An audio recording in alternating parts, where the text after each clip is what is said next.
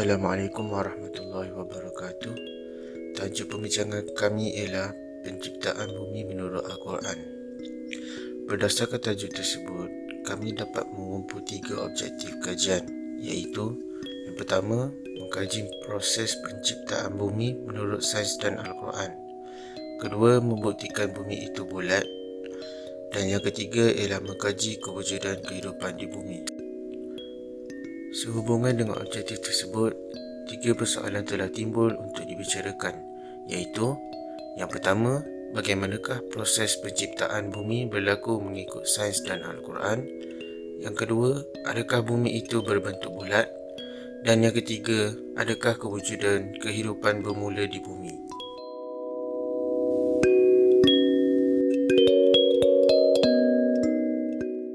Bumi merupakan planet ketiga daripada matahari dan merupakan rumah kepada jutaan spesies termasuk manusia. Menurut teori Big Bang yang diperkatakan oleh Barat, alam semesta pada dahulunya adalah dalam keadaan yang sangat panas dan tumpat. Akibat daripada ketumpatan dan kepanasan yang tinggi, berlakunya cosmic explosion, satu letupan yang kuat, dan nama terkenalnya ialah Big Bang. Jika proses ini adalah benar, maka ianya juga merupakan ciptaan Allah Subhanahu Wa Taala. Setiap sesuatu pasti mempunyai bumi dan alam semesta, dan sebagaimana yang dipisahkan antara keduanya, seperti firman Allah Subhanahu Wa Taala, أولم ير الذين كفروا أن السماوات والأرض كانتا رتقا ففتقناهما وجعلنا من الماء كل شيء حي أفلا يؤمنون. Dan tidakkah orang-orang kafir itu memikirkan dan mempercayai bahawa sesungguhnya langit dan bumi itu pada asal mulanya bercantum sebagai benda yang satu. Lalu kami pisahkan antara keduanya dan kami jadikan dari air tiap-tiap benda yang hidup. Maka mengapa mereka tidak mahu beriman?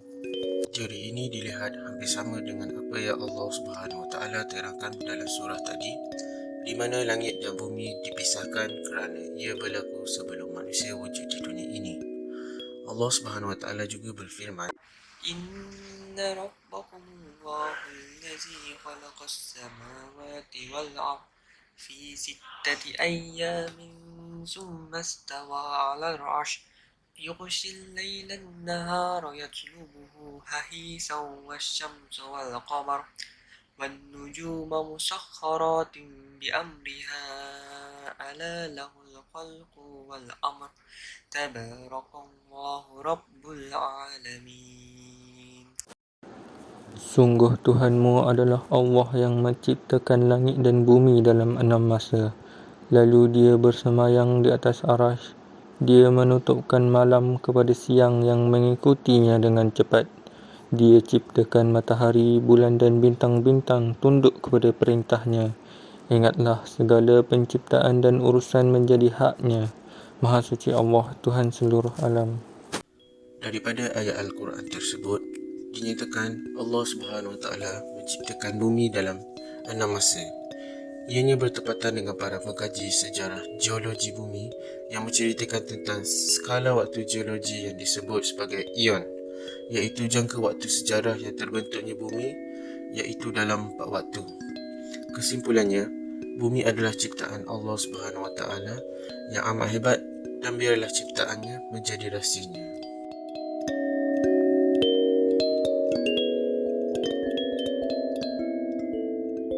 Teori bumi bulat menurut sains menyatakan bahawa bentuk bumi menyerupai bola dengan memiliki sudut putaran sebesar 23.5 darjah. Kemudian bergerak mengelilingi matahari. Ini juga dibuktikan dengan putaran waktu selama 24 jam disebabkan oleh kedudukan bumi di aksi yang mengelilingi matahari serta terjadinya fenomena gerhana bulan dan matahari.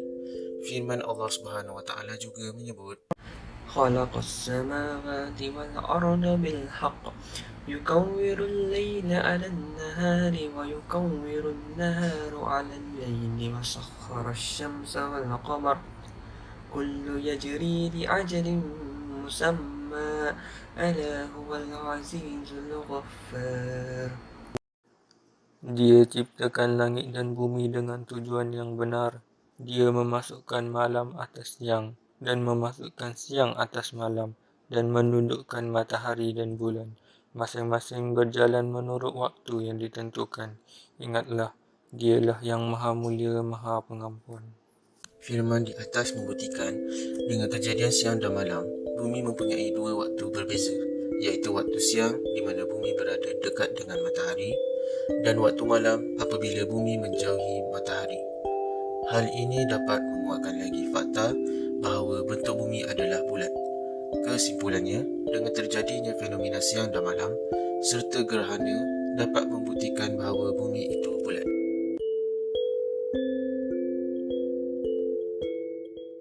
Kewujudan kehidupan bukanlah bermula dari Nabi Adam AS. Hal ini telah dinyatakan dalam surah Al-Baqarah ayat 30. وَإِذْ قَالَ رَبُّكَ لِلْمَلَائِكَةِ إِنِّي جَاعِلٌ فِي الْأَرْضِ خَلِيفَةً قَالُوا أَتَجْعَلُ فِيهَا مَن يُفْسِدُ فِيهَا وَيَسْفِكُ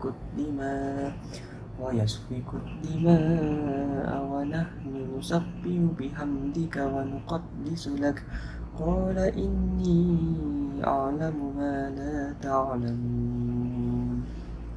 Dan ingatlah ketika Tuhanmu berfirman kepada para malaikat, Aku hendak menjadikan khalifah di bumi.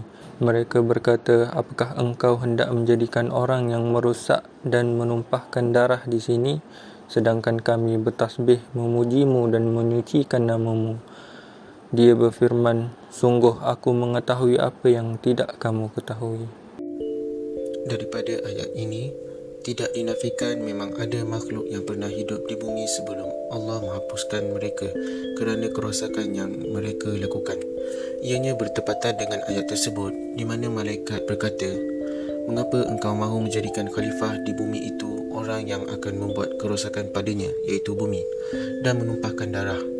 Apa yang diperkatakan oleh malaikat itu membuktikan bahawa pernah wujud makhluk lain selain manusia yang mendiami bumi.